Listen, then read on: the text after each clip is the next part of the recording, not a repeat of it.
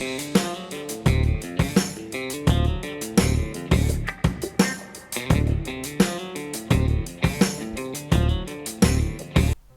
back to KP's Kingdom, Cooking with KP, and today I'm going to show you how to make my spinach and ricotta dumplings. These are fairly easy to do and they taste amazing. Alright, let's basically get on with the rest of the show. Here I've got 2 slices of bread that I've just roughly torn up and I'm putting those into my food processor. We're going to make a nice fresh breadcrumb out of this one. And make sure you spill some of that on the bench, otherwise you're not doing it correctly. Alright, so here I'm adding in a little bit of some Parmesan cheese. I'm going to use in total about 60 grams worth of really fine grated Parmesan cheese, or pecorino if you like to go that way. I'm going to put that in a bit of a blitz mode, make a little breadcrumb, a cheesy breadcrumb mixture, and now I'm going to of course take that breadcrumb out and I'm going to start loading up around about 120 grams worth of baby spinach leaves. Alright, I'm going to probably do this in a couple of batches, so I'll just run through what I'm putting into the dumplings, and that is going to be 2 spring onions that were roughly chopped, and of course we're going to add in a little bit of mozzarella, or a good melty type cheese, about half a cup's worth in total. Because my food processor is so small, I'm going to be doing this in batches. Alright, so we've got our breadcrumb and parmesan, that's already setting aside. We're going to blitz up some of our baby spinach leaves and some of our spring onion, and I'm also going to add in 2 cloves of garlic that I have crushed. Okay, and what we want to do is make sure they end up really nice and finely smashed up, just like that. So I'm just going to, as I said, do this in a couple of batches and put that into another bowl. So just keep working your way through with all those ingredients. I'll just go through that again. 120 grams worth of baby spinach, 2 spring onions roughly chopped, 2 cloves of garlic. I'm also going to add in a teaspoon of allspice and half a cup of mozzarella, or good melty cheese. Alright, we've done all of that, and now I'm going to start adding in 375 grams worth of smooth ricotta. Right, so you can, if you've got a big food processor, you can put all of that in and let it go, but we're just going to put all of that into a bowl. A little bit of salt and pepper to taste, as much or little as you like. Right, the ricotta can actually handle a little bit of extra salt.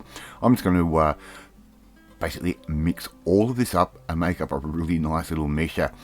Right, really nice and simple. And once all of that sort of comes together, we can get ready to finish making our dumpling mixture. Right, last thing we're going to need to help this whole thing hold together. Right, I'm going to add in a little bit more of our mozzarella cheese. Alright, so as I said, in total we're using about half a cup's worth. Right, mix all of that through, just like I'm doing. I'm going to add in 1 egg, and that was a double yolker. These, for some reason, the lady I'm buying eggs off, it has double yolks, and it's fantastic. I'm also going to add in 1 cup of plain flour. Right, just like that. Put all of that in, and make sure we get all of this stirred through, and get all of those ingredients really well combined. So just keep working it through until we've got a real nice even mixture. Right, just keep working away at it like that. Right, might take you a couple of minutes, but it's worth it. Okay, now I'm just going to get a small ice cream scoop, and I'm going to make up little quenelles, for a better word, of our mixture. We're going to make up like a little dumpling like mixture, right, just like I'm doing right there. And it's not going to take very long at all to do. Just make sure they're all about the same sort of size, just like that. I'm going to put those in the refrigerator for at least half an hour, get them really nice and firmed up. Okay, really simple. Right, I'm getting ready to finish this off. 2 400 gram cans of diced tomatoes. We're just going to put that straight into a baking dish, just like that. Right, we're not going to blitz this up, we're going to leave it nice and chunky and rustic. Right, really nice and simple. And these dumplings are going to work with that tomato to make a most amazing dish. So just spread all that out, just like I'm doing right there. Now, half an hour after we've refrigerated those dumplings, I'm going to get some water, bring that up to a little bit of a boil. I'm going to salt that water, of course, and all we have to do now is drop our dumplings into that water.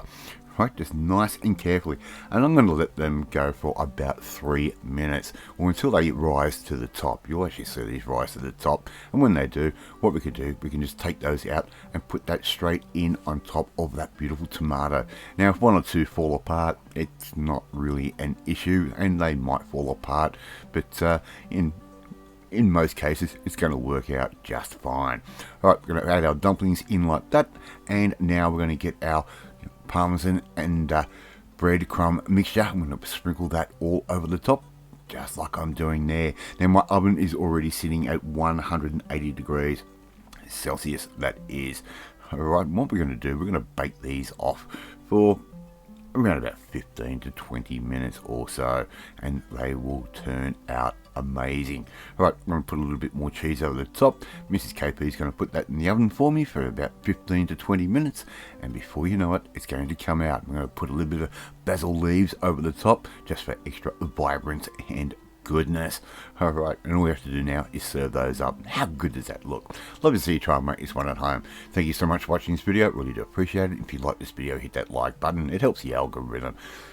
Don't forget to hit that notifications bell to be notified every time a new video goes up. And please share this video with all your friends on all platforms and social media. Don't forget to leave a comment. Love reading, I love responding to them. In the meantime, if you want to learn how to make something just a little bit different for a Saturday night, just like this one, you need to come and join the family, my family. Hit the subscribe button and you'll never miss another one of my videos again. I'll have to eat my spinach and ricotta dumplings, and I will catch you next time. Bye.